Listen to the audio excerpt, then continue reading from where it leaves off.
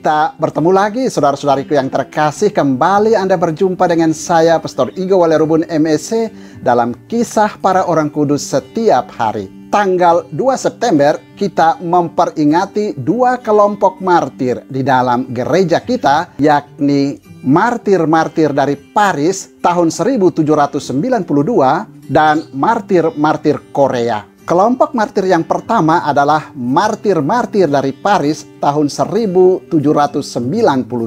Tatkala revolusi Perancis memuncak, semua rohaniwan dipaksa mengangkat sumpah setia kepada hukum negara yang bertentangan dengan keyakinan agama dan suara hati mereka. Banyak di antara mereka yang tidak mau bersumpah meskipun diancam dengan berbagai macam cara. Lebih dari 200 rohaniwan dan awam ditahan di Paris dan sebagian besar dibunuh pada bulan September tahun 1792 oleh gerombolan penjahat dengan persetujuan pengadilan revolusi. 191 korban pembunuhan massal itu dinyatakan kudus, antara lain Uskup Agung Jean Marie Dulau, dua uskup bersaudara François Joseph dan Pierre-Louis La Roquefort, 129 imam projo, 23 bekas imam Yesuit, di antaranya Yakobus Bonaut,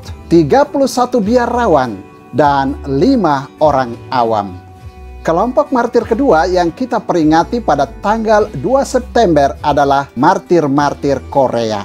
Gereja Korea mempunyai sejarah awal yang khas. Agama Katolik masuk ke bumi Korea bukan oleh para misionaris asing, melainkan oleh kaum awam Korea sendiri. Pada zaman dahulu, para raja Korea harus membayar upeti ke Peking. Di Peking, para utusan itu berkenalan dengan imam-imam misionaris, antara lain Matteo Ricci. Bagi mereka, agama yang disebarkan oleh misionaris asing itu tidak jauh berbeda dengan ajaran leluhur mereka. Maka mereka tertarik untuk mempelajari agama itu seterusnya. Mereka membawa beberapa buku pelajaran agama untuk dibaca. Tertarik pada ajaran agama baru itu, mereka mulai menyebarkannya di antara penduduk sekitar. Mulailah tumbuh benih iman Kristen di tanah Korea. Benih iman itu terus berkembang hingga menghasilkan suatu jumlah umat yang relatif banyak dalam waktu singkat. Jumlah imam pribuminya juga berkembang. Semakin jelas bahwa agama baru itu berhasil menarik banyak penduduk Korea. Menyaksikan perkembangan pesat agama baru itu, para raja mulai melancarkan aksi penganiayaan terhadap para penganutnya. Dalam kurun waktu tahun 1839 sampai 1846, para imam pribumi dan misionaris asing bersama 8.000 orang beriman dianiaya dan dibunuh.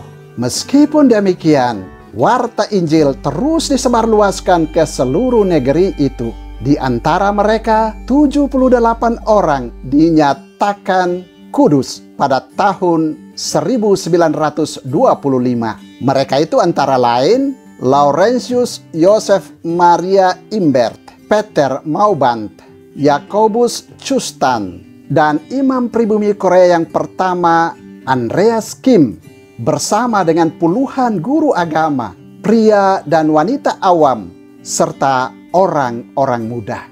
Penganiayaan itu semakin menjadikan iman umat bertambah kokoh.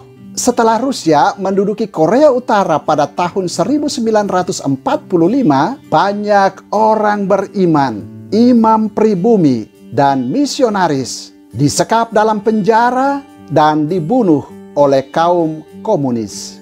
Saudara, demikianlah dua kelompok martir yang kita peringati pada tanggal 2 September, yakni martir-martir dari Paris tahun 1792 dan martir-martir Korea.